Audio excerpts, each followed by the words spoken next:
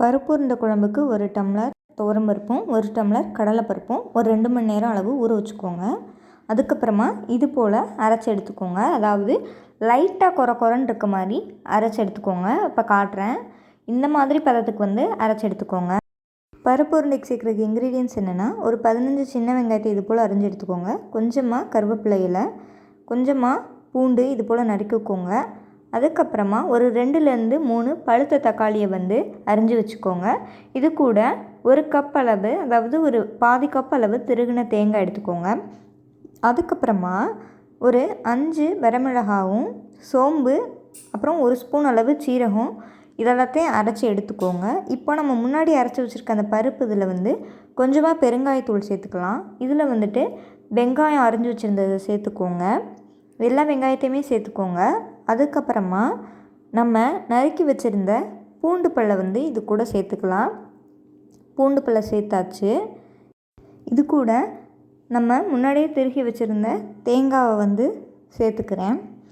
நம்ம முன்னாடியே எடுத்து வச்சுருந்த எல்லா இன்க்ரீடியன்ஸும் இது கூட ஆட் பண்ணிக்கணும். நம்ம முன்னாடியே மிக்சியில் அரைச்சி வச்சுருந்ததையும் இது கூட நம்ம சேர்த்துக்கலாம். கெட்டியாகிறதுக்காக கொஞ்சமாக அரிசி மாவு சேர்த்துக்கிறேன். இப்போ தேவையான அளவு உப்பு சேர்த்து இது எல்லாத்தையும் இது மாதிரி உருண்டை மாதிரி நம்ம பிடிச்சி வச்சுக்கலாம்.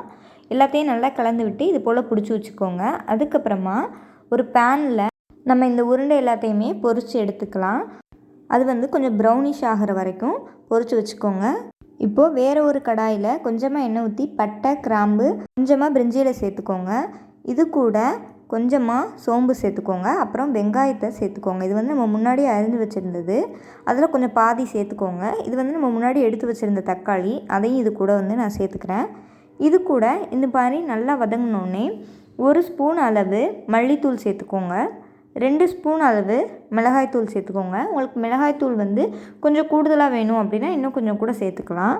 இப்போது தேவையான அளவு தண்ணி ஊற்றி இதை நல்லா கொதிக்க விட்டுறலாம். அதுக்காக இதை நான் மூடி வச்சுருக்கேன். நல்லா கொதி வந்தோடனே நம்ம பிடிச்சி வச்சுருக்க, அதாவது நம்ம ஃப்ரை பண்ண எல்லா உருண்டையுமே இது கூட சேர்த்துக்கோங்க. இப்போ பார்த்தீங்கன்னா நான் எல்லா உருண்டையும் சேர்த்துட்டேன். உள்ளே கொஞ்சமாக நம்ம வேகாமல் இருக்கணும். அப்போ தான் உப்பு காரம் நல்லா சேரும். அதனால் உள்ளே அதாவது ரொம்ப ஃப்ரை பண்ணாமல் கொஞ்சமாக மைல்டாக ஃப்ரை பண்ணி எடுத்துக்கோங்க. இப்போது இந்த மாதிரி நல்லா கொதித்தோடனே நம்ம தேங்காவை பேஸ்ட் மாதிரி அரைச்சி இது கூட ஆட் பண்ணிக்கலாம் திக்னஸ்க்கு.